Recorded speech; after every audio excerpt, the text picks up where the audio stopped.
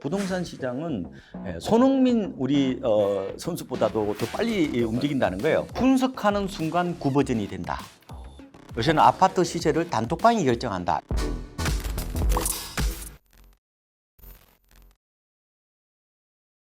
안녕하세요. 지식이 되고 돈이 되는 시간 부동산 클래스 정재원입니다. 자, 오늘은 대한민국 최고의 부동산 전문가시죠. KB국민은행의 박원갑 부동산 수석 전문위원님 모셨습니다. 안녕하세요. 예, 뭐 식구끼리 뭐 이렇게. 네네. 근데 다른 사람들은 나오면 출연료 준다며요? 그러나요? 우리는 왜 안 줘? 내부 직원들은 없답니다. 아, 그래요? 이런 비극적인 소식이 어쨌든 네. 알겠습니다. 초빙해 주셔서 감사드리고 부동산 TV도 중요하지만 저희도 또 유튜브가 있어요. KB 부동산 TV뿐만 아니라 여의도 5분 출구도 여러분 자주 오셔가지고 많이 좀 방문해 주시기를 저도 부탁드리겠습니다. 네. 이번 기회에 또 5분 출구를 또 이렇게 광고를 하고. 벌써 7권의 책을 내셨어요. 이 책을 보면 부동산 심리 수업이라고 저는 이 글귀가 참 마음에 들더라고요. 부동산 시장은 파라리 심리다. 네. 지금 이 시대에 이 심리를 좀 이렇게 주목하시는 부분이 뭐가 있을까요? 그러니까 원래는요, 부동산은 심리가 필요 없는 거예요. 홈은 심리가 필요하지 않은 거거든요. 보통 집은 두 가지가 있잖아요. 하나는 이제 삶의 안식처인 홈이 있고, 사고 파는 어떤 자산으로서의 어떤 그런 하우스가 있는데, 이제 가면 갈수록 집이 이제 그 하우스로 바뀌는 어떤 그런 모습들이 강하죠. 그러니까 이제 결국 주식처럼 심리의 영역이 이제 매우 중요해졌다. 이렇게도 이제 볼 수가 있는 거죠. 그러니까 자산 가격은 기본적으로 이 장기 이동 평균이라는 게 있어요. 이게 이제 일종의 내재 가치라고 보면 되거든요. 이 내재 가치보다 이제 많이 오르는 걸 이제 오버슈팅이라고 얘기를 하죠. 이제 과매수 혹은 이제 과매도권을 이제 언더슈팅이라고 얘기하는데 이 오버슈팅과 언더슈팅을 낳는 주요한 어떤 그런 기제가 바로 이 인간의 심리예요.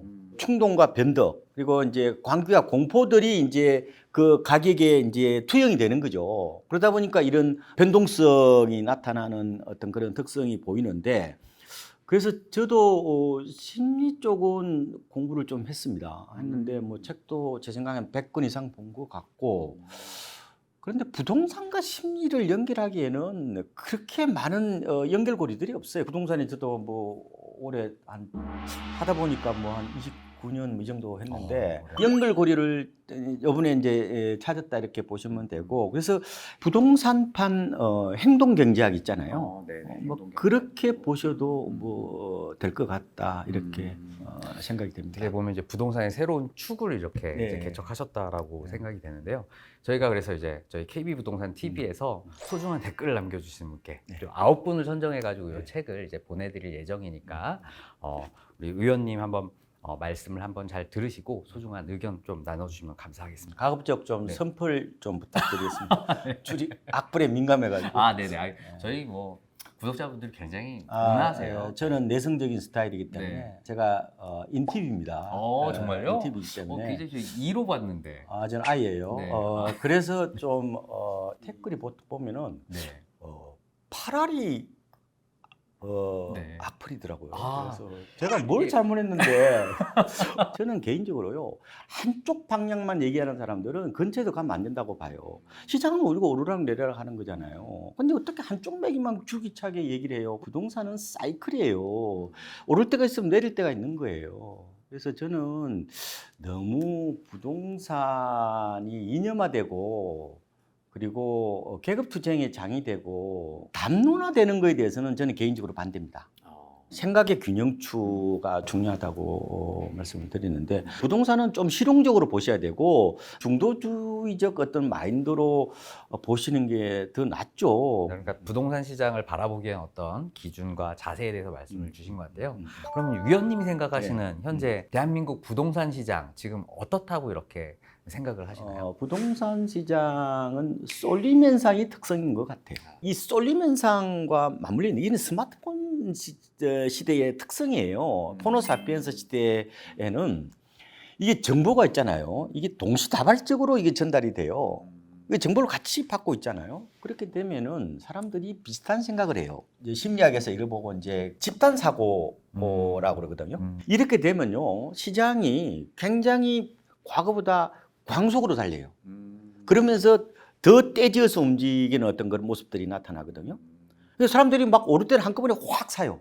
네. 근데 내릴 때는 또 아무도 안 사. 물론 이제 이게 일정 기간에 그렇고 항상 이제 그런 건 아니지만 이러다 보니까 최근에 부동산 시장을 바라볼 때 이 광속으로 움직인다는 거하고 이 떼져서 움직이나 같이 보셔야 돼. 그래서 지금은 저는 이런 얘기도 해요. 부동산 시장은 손흥민 우리 선수보다도 더 빨리 움직인다는 거예요. 우리 손흥민 선수를 뭐라고 그러냐면 모바일 스트라이크라고 그래요. 모바일 스트라이크가 뭐냐면은 기동력 있는 공격수라는 거죠. 우리나라 말로 표현하면 손흥민 선수는 시속이요 기본이 35km예요. 번개처럼 이렇게 움직이는데 스마트폰 시대, 이른바 포노사피엔스 시대의 부동산도 손흥민을 닮아간다. 저는 이런 말씀을 드려요. 그래서 분석하는 순간 구버전이 된다. 요새는 아파트 시세를 단톡방이 결정한다. 이런 얘기를 할 정도거든요. 시장은 지금 300m 먼저 들어가 있는데 300m 뒤에 있는 데이터를 가지고 지금 시장을 분석하면 늦어요. 이건 뭐라고 그러냐면은 인지지체라고 표현합니다. 인지지체. 네, 이건 제가 만들어낸 말이에요. 네, 인지지체 현상이 뭐냐면은 이런 시장의 흐름이 광속으로 달리는데 우리가 이걸 갖다가 정보를 가지고 나름대로 구성하고 체계화하고 개념화하는 데까지 이른바 시간이 많이 걸려요. 시차가 있단 말이에요. 네. 시장이 과거의 오프라인의 어떤 그런 흐름하고 완전히 다르다는 거예요. 그래서 모바일 시대에는 생각도 그리고 행동도 조금은 빨리 하는 게 좋을 수가 있겠다. 저는 우리 구독자님한테 한 가지 말하자면은 백미러 보고 운전하지 마시라는 거예요. 앞을 보고 운전해야지 왜 자꾸 옛날 자료를 가지고 지금 시장을 논하고. 그래서 뭐냐면은 부동산 전망은요 유효기간이 있어요. 얼마 정도로 이렇게 보시나요, 위원님 같은 경우는? 길어봐야 한 2달 정도죠. 2달 정도.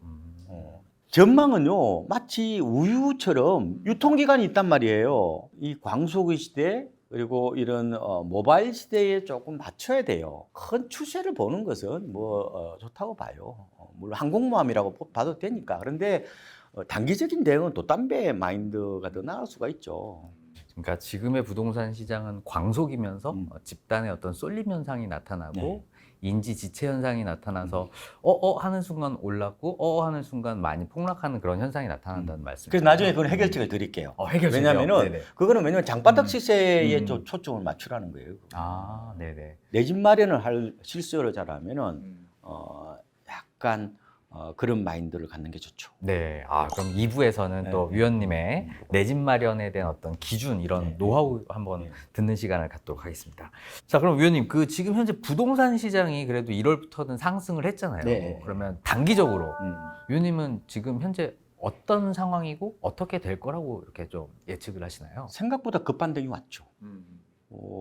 이제 실거래가 지수로 보면은 서울이 7월까지 11%가 올랐잖아요. 뭐 상반기까지 10% 정도 올랐는데 대부분들이 제 생각에는 시기를 놓쳤어요. 역전세나 일어나면 전세도 폭락하고 집값도 폭락한다는 그런 이상한 괴담에 빠져가지고 있다 보니까 그런 거죠. 오히려 전세값 오르고 있잖아요. 그렇게 보시면 안 되고, 그러니까 뭐냐면은 이 반등 추세는 좀 더 갈 거예요. 올 가을까지는 가요. 제 생각에는. 근데 이제 연말 이후에 약간 약포합세 가능성은 있는데 생각보다 저는 작년처럼 급락은 오지 않을 거로 봐요. 지금 9월에 보면은 이게 전국이 100을 넘었죠. 그리고 한국은행의 소비자 기대심 지수도 9월 달이 얼마냐면은 110이에요. 시장이라는 것은 보면은 약간 관성이 있어요. 이거 경로 오전송이라고도 표현하는데 어느 정도 흐름이 간단 말이에요. 외부에 큰 쇼크가 오지 않는 한 흐름이 약간 가요. 다만 저는 상승률은 조금 둔화될 가능성이 크다고 봐요. 왜냐하면은 우리나라 집값이 반등한 가장 큰 원인이 여러 가지 뭐 지수가 있는데 제 생각에는 이 가계대출이거든. 5개월째 늘어났잖아요. 그런데 지금 9월 27일 이후에 그 특례보금자리론 일반형 판매가 중단되고 50년짜리도 지금 대출 안 해주잖아요. 그렇게 되면은 정부가 약간 수요 쪽에 어떻게 보면은 이제 속도 조절했다고 보면 되고, 그다음에 매물도 약간 좀 늘어나는 것도 있고, 그다음에 갭 투자도 약간 좀 줄고 있고, 그리고 역전세는도 있고, 대출금리도 올라가고 있잖아요.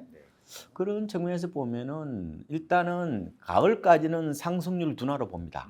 약간 소강 가능성이 좀 있어 보이는데 일부 약보합 가능성이 있지만 그렇게까지는 크지는 않을 거다. 현재는 이렇게 정리를 해보고 있습니다. 아, 네네, 감사합니다. 미국채 금리 올라가는 속도에 정말 좀 많이 우려스럽긴 하더라고요. 그 중요한 얘기예요. 네. 집값에 미치는 이른바 이제 금융 변수하고, 금융 변수라는 게 뭐예요? 통화량하고 유동성이죠. 네. 근데 그게 네 가지인데, 하나는 M1이라고 그래서 이제 헤비통화고, 또 하나는 M2라고 그래서 광의통화예요. 그다음에 세 번째는 미국 기준금리예요. 그다음에 네 번째로는 가계대출이에요. 보통 네 가지로 보통 정리를 할 수 있는데, 지금 M1은 1년 전에 비해서 12.2% 정도 줄었어요. 그다음에 M2는 한 2.5% 정도 증가하는 데 그쳤어요. 그리고 미국 지금 금리는 상단이 지금 뭐예요? 5.5죠. 작년 연말에 4.5였잖아요. 계속 오르고 있고. 그럼 집값 오를 리가 없잖아요. 근데 가계대출이 그동안에 집값을 끌어올리는 상당한 견인차 역할을 해왔는데, 가계대출에 약간 속도 조절 들어갔죠. 그러면은 결국은 시장에 큰 호재가 없어요. 그래서 보면은 약간 저는 이런 금융 변수가 과거에 비해서 커졌단 말이에요. 이거 투자 상품화돼서 이런 현상이 나타난 거라고 뭐 볼 수가 있는데, 통계지표로 보면은 상승률이 좀 높게 나올 거예요, 그죠? 근데 그거보다 지금 현장에 일어나고 있는 얘기를 보면은 조금은 좀 둔화될 가능성을 일단 봐야 되지 않느냐, 아마 이렇게 지금 보고 있는 겁니다. 네. 하락 거래가 조금은 늘어난 듯한 느낌은 네. 좀 저도 좀 받긴 하더라고요. 결국에는 부동산이 이제 변동성을 좀 많이 이제 갖게 되는데, 특히 위원님 책에서 말씀해 주셨던 어떤 공포 마케팅에 대해서 좀 경계해야 된다, 이런 말씀을 좀 주셨거든요. 그렇죠. 네. 이제 요새 정보 취득 창구로 유튜브를 많이 이제 보시니까 대부분 인간이 가장 예민하게 받아들이는 게 불안하고 공포예요. 그러니까 이 공포하고요, 이 자본주의하고 둘이 결합이 돼버리면은 이게 공포 비즈니스가 유망한 비즈니스가 된다는 거예요. 불안한 미래를 대비하지 말라는 것도 아니에요. 그리고 부동산을 너무 그렇게 밝게 보라는 것도 아니고, 지금 뭐 크게 오를 이유가 없잖아요. 지금 경제 성장률이 잠재 성장률 기준으로 보면은 2%도 안 돼요. 이런 저성장 시대에 뭐 집값이 그렇게 과거처럼 오르겠어요. 그렇죠? 그런데 제가 드리고 싶은 거는 너무 한쪽 얘기, 극단적인 얘기, 그리고 일종의 이제 공포 마케팅 같은 그런 데에 희생양이 되지 마시라는 말씀을 제가 드리고 싶은 거예요. 왜냐하면은 하나같이 다 보면은 희망가를 부르는 얘기는 없어요. 전부 다 하나의 비극적이고 어떤 극단의 논리가 하나의 공통적인 흐름 같은 느낌이 들어요. 그래 보니까 사람들이. 근데 여러 시각을 좀 저는 봤으면 좋겠어. 종합적 어떤 사고 능력 이런 게 더 필요하지 않은가. 한쪽 얘기는 자기를 위로하고 자기의 의사결정을 합리화하는 데 어떤 정서적 툴로서는 충분히 뭐 기능을 하지만, 내가 지금 집 하나를 사는 거는 인생을 걸고 배팅을 해야 되는 거예요. 이거는 운명을 건 근본 일척의 배팅이란 말이에요. 이게 한두 푼이 아니잖아요. 그러면은 그런 한쪽 얘기를 들어서는 안 되지. 그러면 위원님은 결국에는 큰 어떤 변화는 없을 것 같다라는 뷰신데, 그래도 혹시 만약에 네. 어떤 예상 변수가 있을 때 시장이 작년, 재작년처럼 그렇게 하락을 시작할 수 있을까요? 어떤 변수를 혹시 위험 요소로 혹시 생각하시나요? 지금 보면은 외생 변수였어요. 네 번의 급락이 왔는데 우리나라에서 200만 원 공급 쇼크하고 그 당연히 200만 원을 때려 넣는데 무조건 빠진다는 거는 당연히 예상하는 거 아니에요? 그때가 제일 많이 빠졌더라고요. 그렇죠. 보통 3년에서 한 5년 정도로 봐요. 그리고 뭐 외환위기, 글로벌 금융위기, 그리고 작년에 미국발 고금리 쇼크잖아요. 그러면 네 번 폭락 중에서 뭐예요? 한 번만 내생 변수였잖아요. 세 번이 다 외생 변수였어요. 그리고 보면은 부동산이 최근 들어서 이 글로벌 경제의 한 섹션으로 편입되고, 그리고 부동산도 최근에 금융화 뭐 혹은 뭐 금융 자산화 이게 특징이잖아요. 그러다 보니까 이 주택시장 하나만 갖고 이 큰 어떤 그런 변곡점 혹은 변동성을 예견하기는 쉽지 않아요. 그래서 잔파도 정도는 충분히 가능하죠. 일단은 뭐 내년의 변수를 아까 말씀드린 것처럼 저는 세 가지 정도로 보고 있는데, 일단은 고분양가가 어느 정도 진행될 거냐, 그리고 공급 부족이라는 이런 불안 심리, 이게 어느 정도 무주택자까지 마음을 이렇게 뒤흔들 거냐, 이게 더 중요해요. 특히 지금 공급 부족이 언론을 지금 도배하고 있잖아요. 불안 심리는요, 결국은 이게 이제 한 사람이 아니라 이 여러 사람들이 불안 심리를 느끼게 되고, 특히 무주택자들이 불안 심리를 느끼게 되면은 시장이요 전혀 엉뚱한 방향으로 갈 수 있단 말이에요. 특히 단기적으로는. 그래서 이런 얘기를 하는 거예요. 공급이 부족한 게 아닌데 어떻게 보면 공급이 부족할지 모른다는 이 불안 심리가 집단화되면은 그 공급 부족이라는 실체보다 불안 심리가 더 압도를 해버리는 거예요. 그렇잖아요.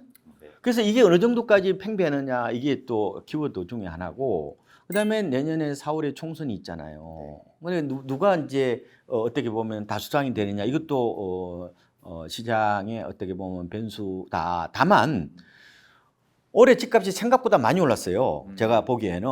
그래서 내년에는 어쨌든 박스권 정도로 보는 게 낫지 않을까. 저는 뭐 크게 떨어지지도 않을 거고 크게 오르지도 않을 것 같은 느낌이 들어서, 그래서 지금 시장에 보면은 내년 전망은 별로 의미가 없어요. 그냥 현 상황을 그냥 네. 막 그렇다는 거지. 그러면 내년에 집값이 그러면 1% 오르면 집 사실 거예요? 1% 빠지면 집 팔 거예요? 그렇게 의사결정이 안 돼. 지금은 큰 어떤 폭락과 그다음에 생각보다 강한 반등이 와버리기 때문에 그냥 박스권 정도로 그냥 보시는 게 훨씬 더 좀 나을 것 같다. 그냥 잔파도 시장 정도로 보시는 게 좀 낫지 않겠어요? 예. 타당하신 좀 그런 네. 견해 같습니다. 그럼 생각보다 거래량은 뭐 이렇게 많이 늘어날 거래량이 여지가- 크게 늘어나기는 어려워요. 네. 왜냐하면 금리도 높고 생각보다 지금 강한 반등이 온 상황이고, 그리고 갭 투자도 그렇게 크게 나올까요? 그럼 우상향에 대한 기울기가 가파르다는 어떤 그런 집단적 인식이 있어야 되는 건데 그렇지도 않고. 그럼 거래량이 줄어들면서 서서히 이렇게 가라앉는 시나리오도 좀 생각해 볼 여지가 좀 있지 않을까요? 충분히 가능성이 있죠. 음. 2008년, 2012년 그때의 더블딥 장세를 이제 조심하는 거죠. 이제 왜냐면은 작년하고 2008년하고 거의 대자뷰예요. 복사판이에요, 보면은. 그리고 올해하고 2009년하고 좀 비슷해요. 2009년에도 뭐 부양책 많이 나왔어요. 네. 뭐 양도세 뭐 특례부터 시작해가지고 뭐 LTV 이런 거 완화 이런 거 많이 있었단 말이에요. 네. 근데 2008년에 급락을 하고 2009년에 오히려 V자형 반등이 오고 나서 3년 조정을 받았어요. 그래서 이제 더블딥이라고 그래서 그때는 강한 더블딥이었죠. 수도권은 오히려 있잖아요. 2008년 말보다 2012년 말이 더 낮아요. 엄마 아파트도 오히려 2012년 말이 더 낮았던 것 같아요. 제가 실거래가를 보면은. 그다음에 2010년부터 또 금리를 또 다다닥 5번 올려요. 뭐 그런 것도 있고 중도형 중심으로 공급 과잉도 있었고 보금자리 주택 쇼크도 있었죠. 아, 네네네. 보도 자료를 보니까 수도권에서 보금자리 주택을 32명 가구 때려 넣겠다고 그러니까 아니 반가 아파트 이렇게 많이 나오는데 누가 집을 사요? 근데 어쨌든 심리적인 안정에 굉장히 큰 도움이 됐던 것은 사실이죠. 근데 그때하고 지금하고는 좀 달라요. 이게 베이스부터 좀 달라요. 그때 경제 성장률이 기본적으로 이명박 정부 때 연평균 경제 성장률이 3.3%예요. 근데 지금은 뭐 1% 이런데 어떻게 그때보다 강한 반등이 또 오기도 힘들고. 근데 또 그때는 금리를 다다닥 올렸지만 지금 오히려 금리를 언제 낮출지 모르죠. 내년에 뭐 적어도 뭐 한두 번 정도는 낮출 거다 이런 얘기 있잖아요. 물론 지금 미국이 지금 고금리를 더 간다 이런 얘기는 있긴 하지만 그런 또 측면.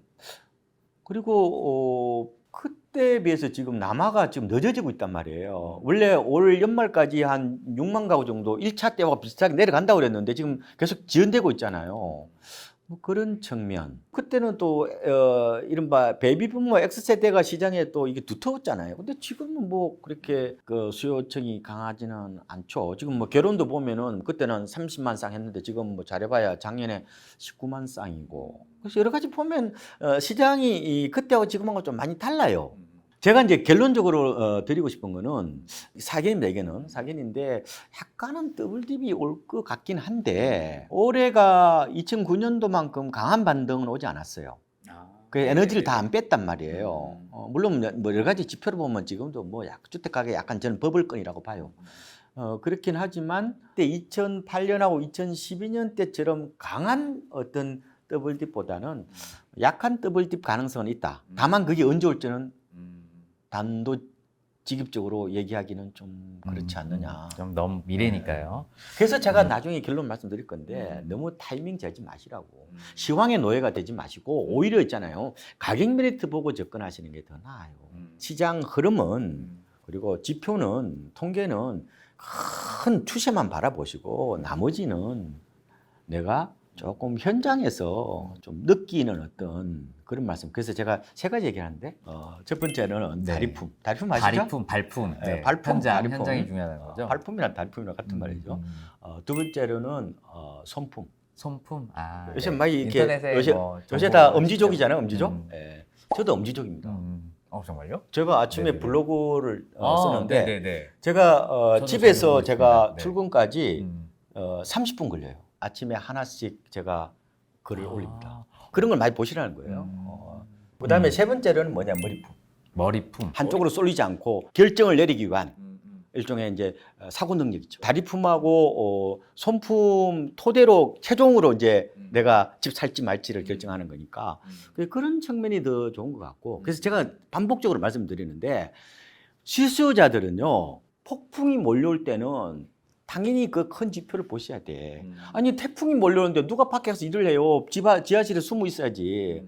근데 이게 태풍이 이제 거의 가시잖아요. 그러면 나와서 부지런하게 움직여야 되죠. 그래서 그걸 다리품 이런 얘기를 하는데 의사결정은 항상 현장에서 답을 찾으시라는 말씀을 꼭 좀 드리고 싶어요. 담론에 너무 빠지지 마라. 네. 오히려 실용적으로 의사결정을 하시는 게 저는 좋겠다. 좀 싸게 사라. 네. 무조건 싸게 사라. 네네네. 그리고 또 싸게 사라. 싸게 사는 사람이 장땡이다. 이런 말씀을 꼭 좀 드리겠습니다. 감사합니다. 결국에는 싸게 사는 게 중요하고 네. 쏠림 현상을 안 갖도록 머리품을 좀 중시해라, 이런 말씀을 제가 이해를 했습니다. 우리가 잠깐 그 예전을 좀 돌이켜 보면 우리가 회사 다니면서 이번에 김 과장이 내려와서 뭘 샀대 이러면서 이런 얘기들이 좀 많았잖아요. 그래서 이제 뭐 영끌이라든지 마음 급한 어떤 불안 심리에 이렇게 추격 매수를 좀 많이 했었던 것 같아요. 이제 그분들이 지금 이제 부동산 가격이 하락하면서 큰 이제 낭패를 좀 보게 됐는데, 그런 불안 심리를 갖지 않기 위해서 어떤 공부나 준비를 좀 하면 될까요? 일단은 그런 SNS라든지 주변 사람들의 성공 신화는 경계하고 봐야 돼요. 성공 신화. 아니 늦었어요. 김대리가 벌었다고 그러면은 네. 그거는 이미 지난 꼭지다. 그거는 나는 못 본다는 얘기예요. 네네네. 이미 그러니까, 봤으니까. 제가 그래서 그런 말씀 드리는데 영웅이 탄생하면요. 네. 그 시장은 버블징후입니다.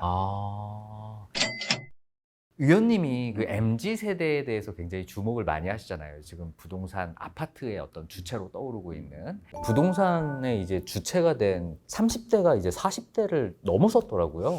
그러니까 처음 내 집 마련하는 시기가 42세 그랬거든요. 네. 요즘은 30대가 주력으로 이렇게 좀 떠오른 거 보면은 이게 좀 새로운 현상 중에 하나인 것 같아요. 이제 이 세대들이 태어날 때부터 아파트에 자랐죠. 그래서 저는 MZ 세대들을 도심 아파트 키즈라고도 표현하거든요. 그래서 유난히 이 부동산 중에서도 아파트에 대해서 굉장히 관심이 많아요. 공간의 경험치라고 표현돼요. 그리고 이제 혹은 이제 이걸 보고 이제 장소성이라고도 표현하는 거예요. 장소에다가 자기 경험을 이제 입힌 건데, 부동산과 아파트를 동일시하는 세대, 토지나 상가나 단독주택에 전혀 관심이 없는 세대. 이러다 보니까 기성세대보다 아파트 시장에 눈을 좀 빨리 떴고 전혀 다른 어떤 그런 어떤 시장의 움직임을 만들어내는데 바로 MZ세대가 기여했다는 거예요. 제가 MZ세대의 공간 욕망 얘기를 많이 하는데 MZ세대들이 부동산에 좀 더 쉽게 접근할 수 있었던 것은 이 MZ세대가 투자 DNA가 굉장히 발달했어요. 금융지능이 뛰어난 세대거든요. 이 자본주의적 퀴즈예요. 투자에 올인하는 세대. 그리고 노동소득보다 오히려 투자소득을 더 중요하게 생각하는 세대예요. 물론 이제 여러 가지 집을 안 사면 안 된다는 그런 중압감, 또래 압박이라고 그러거든요. 그다음에 상황에 이런 게 또 있은 것도 있었지만 저는 재무지능이 뛰어난 어떤 그런 측면도 있은 것 같고 아파트는 금융상품이거든요. 이걸 이제 유사금융상품이나 중금융상품이라고 표현하는데 이 표준화되고 교육화되어 있다 보니까 이게 마치 채권 사듯이 쉽게 접근할 수가 있는 거예요. 이게 상가는 잘못 사면요. 이게 바로 뭐예요? 이게 어떻게 보면 유동인구에 따라서 망하기도 하잖아요.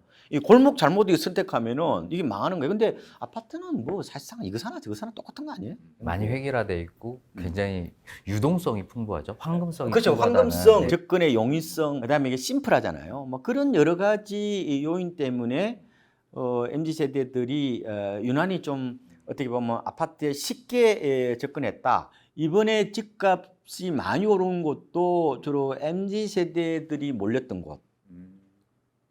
물론 이제 거기다 불나방 축제를 했죠. 그러다 보니까 이제 빠질 때는 급락이 온 곳들이 많죠. 가령 뭐 서울에서 고덕이나 잠실, 상계동 이런데, 그다음에 수원, 동탄, 인덕원, 송도 이런 데가 대부분의 GTX와 맞물려 있단 말이에요.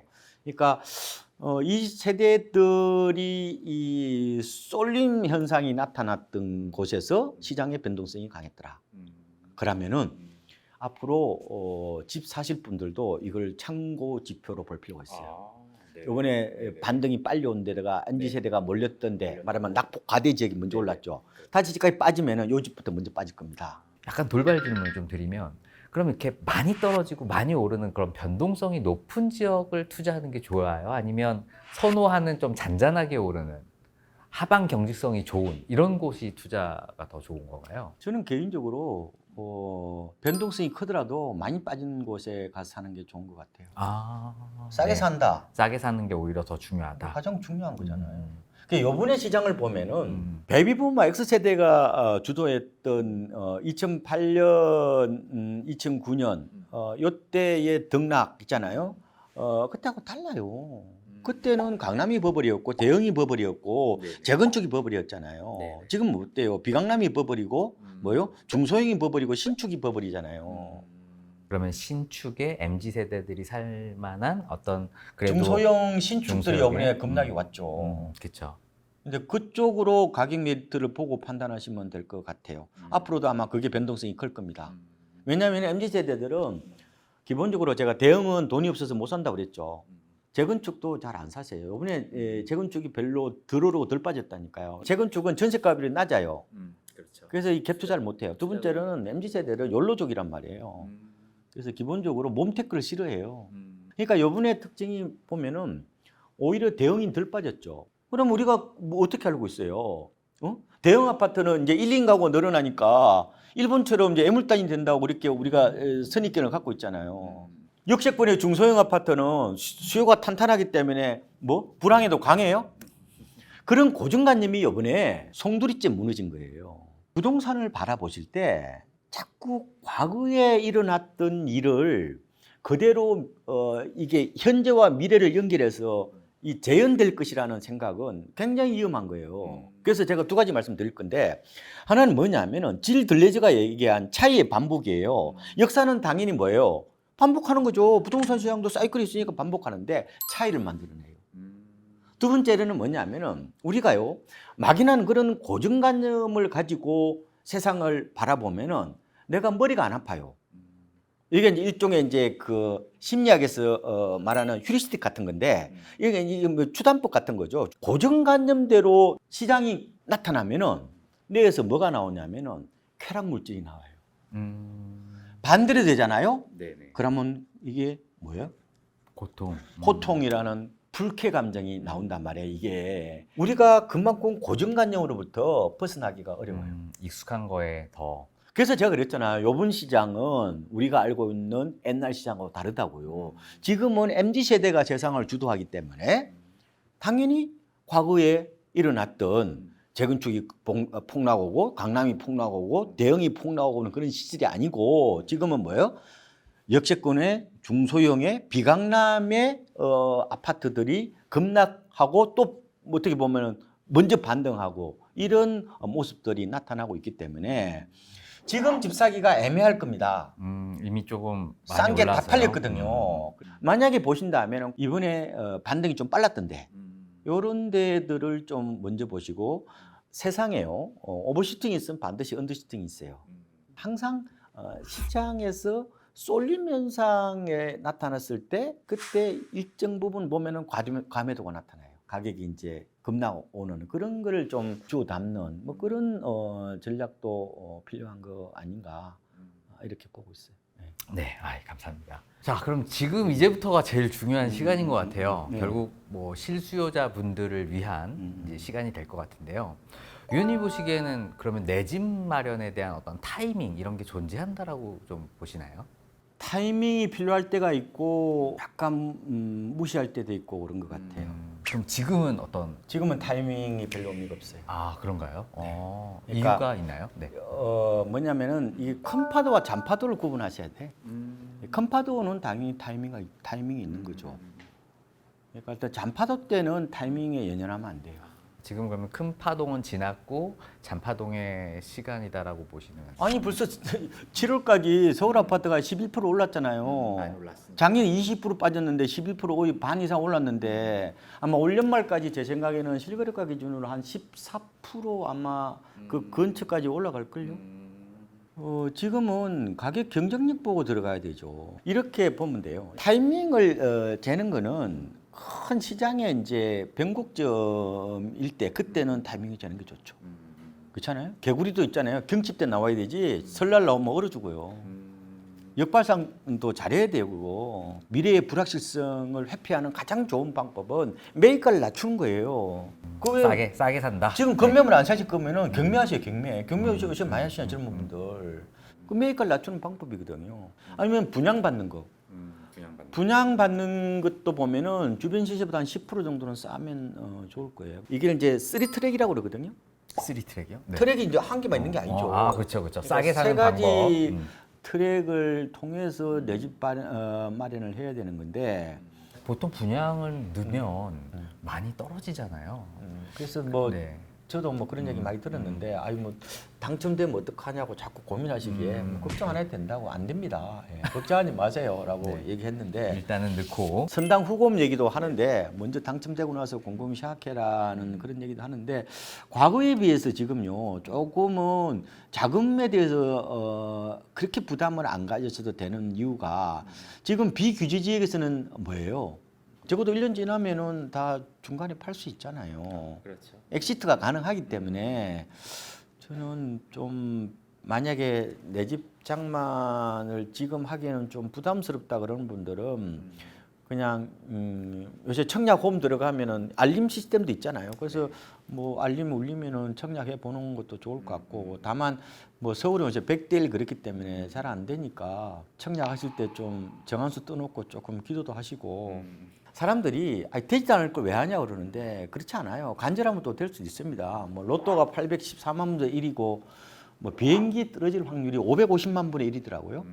100대 1이면 뭐 그냥 될 수도 있으니까. 근데 그거를 물론 저는 분양에다가 올인하는 거는 저는 아니라고 봐요. 이 방송을 만약에 MZ 세대가 주로 들으신다면은 저는 가점이 낮기 때문에 분양에 올인하는 건 아닌 것 같아요. 3트랙으로 가셔야 되죠. 그러니까 분양은 원 오브 댐이에요. 그다 목숨 걸면 안 돼요. 입주 못하면 중간에 엑시트가 가능하니까 사람들은요 게으른 사람이 주로 타이밍을 많이 재요. 이제 감나무 밑에서 아하고 벌리고 있는 거예요. 감이 떨어질 때까지. 감이 입으로 안 떨어집니다. 뭐요? 꼭 있잖아요. 어깨로 떨어져. 부지런한 사람은 온 동네 뭐 감나무 밑을 다 뒤지겠죠. 썩은 게 있는지 상한 게 있는 건지 내가 뭘 먹을 만한 건지. 그래서 제가 아까 상품 철학이라고 말씀드렸잖아요. 조금 부동산에 좀 돈을 벌려면은 좀 먼저는 현장 마인드. 생각보다 있잖아요. 기상천외한 일이 현장에서 많이 일어납니다. 요번에 급락기 때요, 저는 전세 가격에 집 산 사람도 봤어요. 당일날 이른바 잔금을 치른다는 조건으로. 타이밍을 재려면요, 가장 중요한 원칙이 있어요. 현금을 쥐고 있어야 돼요. 적어도 3개월 이내에 현금으로 바꿀 수 있는 이른바 현금성 자산을 갖고 있는 사람들만 쓸 수 있는 언어가 뭐예요? 타이밍이라는 거예요. 전세 살면서 무슨 타이밍을 재요? 그러면은 내가 그럼 위기 때 집 살라고 그럴 거 아니에요? 지금까지 보셨지만 위기가 오면은 매매 가격보다 전세 가격이 더 빠지죠. 작년에도 전세 가격이 더 빠졌어요. 외환위기 때나 글로벌 금융위기 때도 전세 가격이 더 빠졌단 말이에요. 왜냐하면 전세는 취약한 사금융이기 때문에 이게 시장이 불안하면은 완전히 이게 쑥대밭이 돼버려요. 그러면은 역전세난이라는 얘기잖아요. 그럼 집주인이 돈을 빼줘요? 집주인이 자선사업가예요? 그러면 위기 때 내가 그러면 전세 살다가 그 돈 빼가지고 내 집 마련을 한다는 것은 뭐예요? 허구죠. 진짜 집주인을 잘 만나야 되는 건데 그러면 진짜 내가 준비를 해야 되잖아요. 그럼 준비를 하면 어떻게 해야 돼요? 월세 살아야 되지. 그래서 젊은 세대를 보면은 작년 연말부터 보니까 월세 사시는 분들이 제가 봤어요. 물론 이제 전세의 공포, 깡통 전세에 대한 두려움 때문에 뭐 월세로 선택하시는 분도 있었지만 상당 부분의 그 재무지능이 뛰어난 세대들은 월세 살면서 타이밍을 노리겠다. 그래서 의사결정을 잘하신 분들도 많죠. 그러니까 그 준비 중에 또 현금 보유가 또 준비 하나의 방법이군요. 저는 개인적으로 이렇게 현금 보유 자체가 힘들더라고요. 어디 이렇게 묻어두지 않으면 불안한 이런 마음이 좀 있나 봐요. 그걸 행동 편향이라고 그래요. 그러니까 적어도 남들 다 하면은 나도 뭐 해야 좀 마음이 편안한 이런데 이른바 동조 어떤 그런 압박이라든지 이런 무리짓기 그 속에서 내가 들어 있어야 마음이 편안한 건데 뭐 기준금리가 높으니까요. 요새 뭐 CMA 이런 것도 뭐 거의 3%대 중후반대잖아요. 저는 이런 얘기도 하는데 예금금리가 4%면 거의 투자 안 해도 된다고요. 지금은 투자 시대라기보다는 저축 시대에 더 가깝다고 봐요.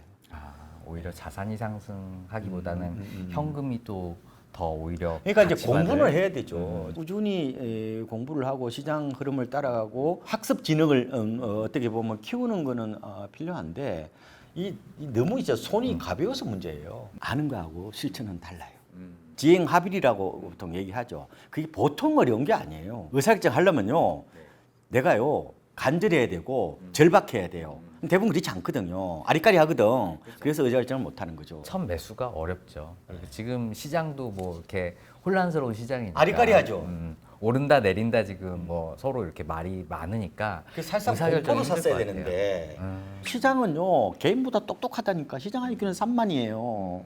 나보다 똑똑한 사람들이 모여 있는 데잖아요. 물론 단기적으로는 시장은 굉장히 비합리성을 띠고 있지만 장기적으로는요 대수의 법칙처럼 굉장히 합리성을 띠고 있단 말이에요. 그래서 시장이 과거와는 어떤 다른 모습이란 말이에요. 지금은 올해 13 대책이나 특례 보금자리론이 안 나왔으면 올해 집값 빠졌을 것 같아요?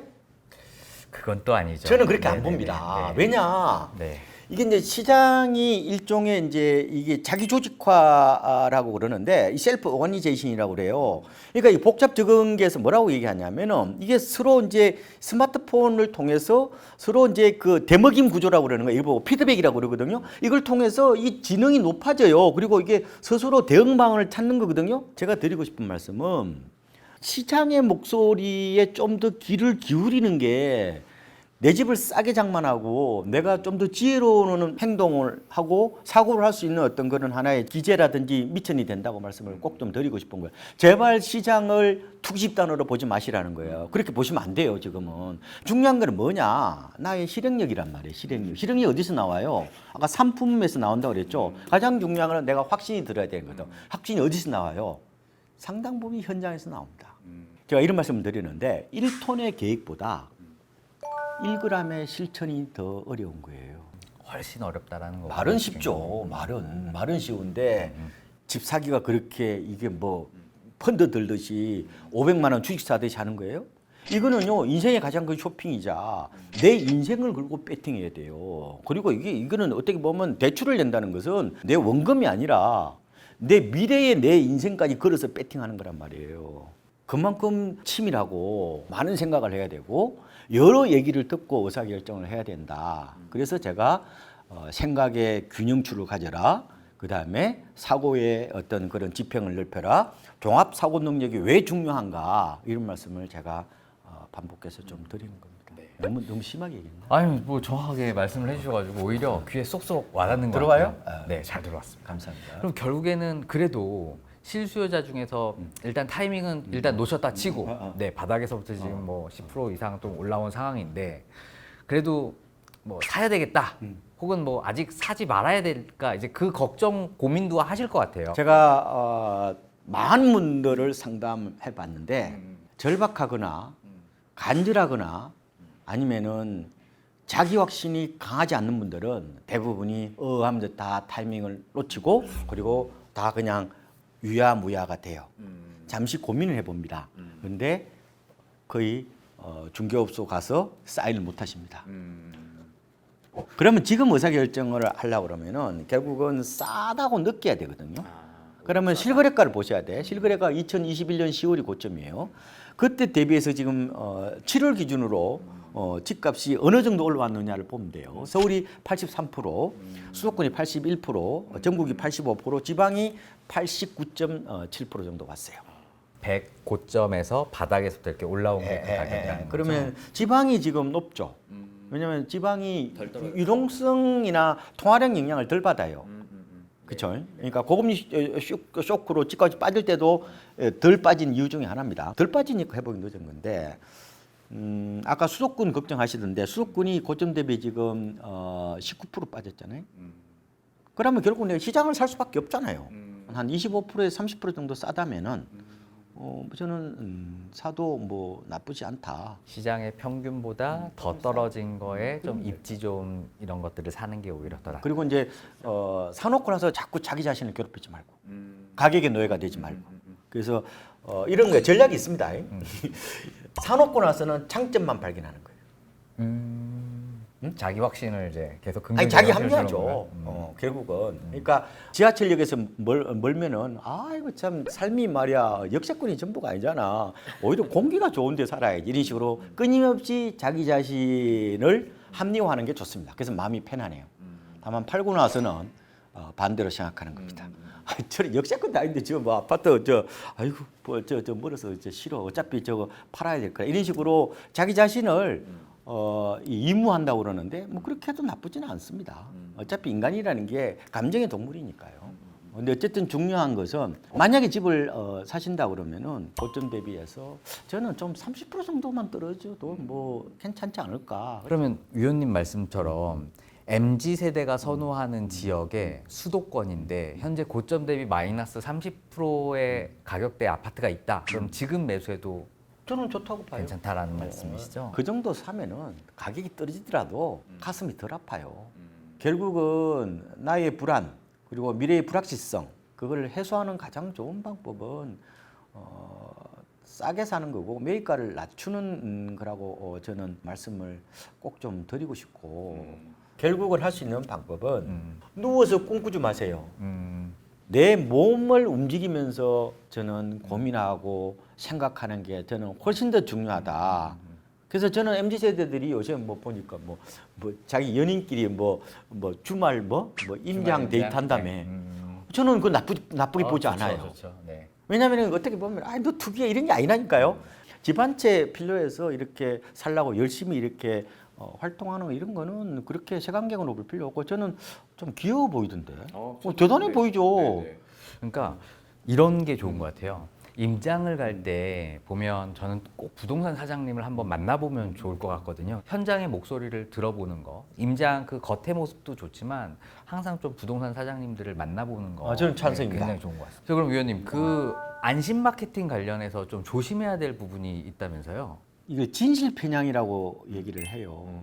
그러니까 사람들은 어떤 얘기를 들으면은 절반 정도를 일단은 진실이라고 받아들여요. 이거 진실 편향이거든요. 그러니까 저 사람이 거짓말하지 않겠지라는 생각을 더 많이 한다는 거예요. 이번에 뭐 전세 사기도 그랬죠. 그러니까 보증보험 드러났다. 뭐 걱정하지 말라. 그러면 좀 못 믿겠어. 그러니까 나중에 뭐라고 그래요? 뭐 그 집주인 부자다. 그럼 어떻게 믿어요? 그러니까 뭐예요? 내가 그러면은 확약서 써줄게. 실제로 그렇게 해준 분들이 많아요. 근데 개인끼리 확약서 쓴 건 못 믿죠. 공공기관도 이거 못 믿겠는데 국가가 보증하면 몰라. 그런 안심 마케팅은 굉장히 좀 위험하다 이런 말씀을 드리고 결국은 뭐냐면은 내가 계속해서 체크하고 스크린하는 게 저는 중요하다고 보는 거예요. 그러니까 사기를 막을 이게 완벽하고 어떻게 보면 마법의 방책은 없어요. 어떻게 보면 결국은 뭐냐면은 합리적 의심 뭐 그런 걸 좀 같이 가는 게 좋겠죠. 저 사람이 나한테 왜 이렇게 큰 혜택을 주려고 그럴까? 아니 뭐 대박이 온다는데 그럼 자기들끼리 친인척끼리 해먹지 왜 생전부지에 나한테 저런 혜택을 줄까라는 합리적인 의심? 자기들이 뭐 마지막으로 감춰놓은 뭐 이런 거 있잖아요. 뭐 회사 뭐 이렇게 보유 이게 미분양인데 이거 당신한테만 주겠습니다. 왜 나한테 줘? 자기들끼리 다 하지. 그렇죠? 그런 생각들을 좀 갖는 게 중요한 것 같고 결국은 지금 여러분들은 계약을 할 때에 체크할 사항들에 대해서 이제 좀 고민을 봐야 되는데 제 생각에는 일단은 토박이 중개업소 사장님들이 좀 믿을만해요. 왜냐? 오랫동안 했다는 것은 뭐예요? 평판 리스크를 일단 어느 정도 해지를 했다고 보면 되는 거거든요. 두 번째로는 너무 싸거나 너무 그럴듯하거나 이런 것들은 뭐예요? 대부분이 사기 함정에 걸릴 가능성이 높다. 그리고 세 번째로는 반드시 그 건축물 대장 등기부 등본상의 소유자하고 얼굴을 맞대고 계약을 해야 된다는 거. 대리인 계약은 요새는요 겁이 나서 못 하겠다니까. 그리고 그분의 은행 통장에 직접 송금이 되어야 그나마 이 사기 가능성을 조금이라도 줄인다는 거예요. 요새 돌다리도 뭐예요? 두들기면서 걷는다. 뭐 왜냐하면 워낙 큰 돈이니까. 그래서 뭐 그런 어떤 이중 삼중 어떤 체크하는 방법이 필요한 게 아닌가. 그래서 내가 좀 자신이 없으면은 친인척이나 다른 어떤 전문가들의 도움을 좀 받으시는 것도 중요한 것 같고 특히 전세 요새는요 사기 걸러내는 방법 요새 보면은 구청이라든지 이런 데 시스템 잘 돼 있어요. 그래서 제발 있잖아요 덜컥 사인하지 마시라는 거예요. 조금 의심스러우면은 내가 하루 있다가 계약을 하더라도 내가 이제 그때 되면 약간 충동이 막 몰려오거든요. 우리나라 사람들은 보통 아파트 살 때 그냥 충동적으로 해버려요. 근데 차 살 때는 5년 걸리거든요. 저도 차 살려고 지금 그러는데 이게 고민이 5년 걸려요. 근데 아파트 사는 거는 이게요 하루 만에 의사결정 해버려요. 부동산이 탈환하지 않는다니까요. 그럼 내 인연이 아니야. 그래서 항상 중요한 게 내가 이 감정적인 어떤 그런 충동에 휩쓸리기보다 차가운 이성으로 이게 의사결정을 할 수 있도록 어떻게 보면 합리적 의심을 가져보고 그다음에 체크 시스템. 그죠? 뭐 이런 것들을 좀 가져보는 게 좋지 않을까. 그래서 일단은 계약을 할 때 배우자하고 우리 아버지, 어머니하고 그다음에 형제 빼고는 다 합리적 의심 대상이라고 저는 봅니다. 사기에 대처할 수 있는 세 가지 방법에 대해서 이렇게 말씀을 주신 것 같아요.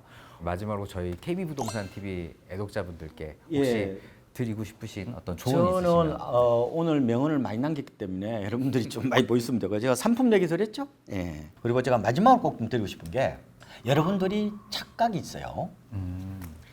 내 집 마련 시기와 주택 경기 회복 시점은 다릅니다. 동일시하면서 이 타이밍을 놓친 거예요.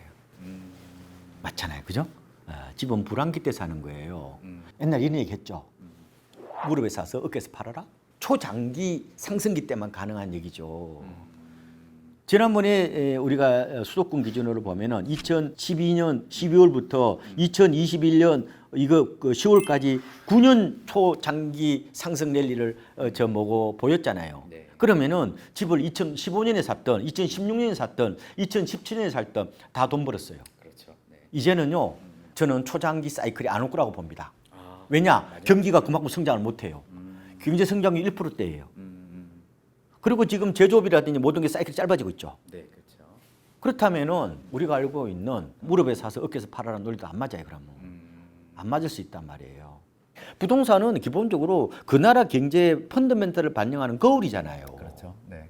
경제가 1% 성장 때에 어떻게 과거처럼 그렇게 집값이 폭등을 할 수 있겠어요? 그렇다면은 내 집 마련 시기하고 주택 경기 회복 시점을 동일시하면 안 된다는 거죠, 저는. 그래서 제가 어떻게 하면 싸게 살 거냐 그 고민을 하는 게 낫지. 자꾸 평론가식으로 부동산 시장을 바라보시면은 달라요. 결국에는 싸게 사는 게 중요하다. 네, 시장보다는 이제 준비된 이 부분에 대해서 좀 노력하는 자세가 좀 중요하고 상품이 중요하다. 네, 이 상품 말씀을- 오늘 나왔어요. 상품. 네, 상품 내용을 꼭 네, 기억하겠습니다. 알겠습니다. 긴 시간 좀 감사드리고요. 오늘 영상이 좀 좋으셨다면 구독, 좋아요, 알림 설정 좀 부탁드리겠습니다. 오늘 귀한 시간 내주셔서 감사합니다. 네, 고맙습니다.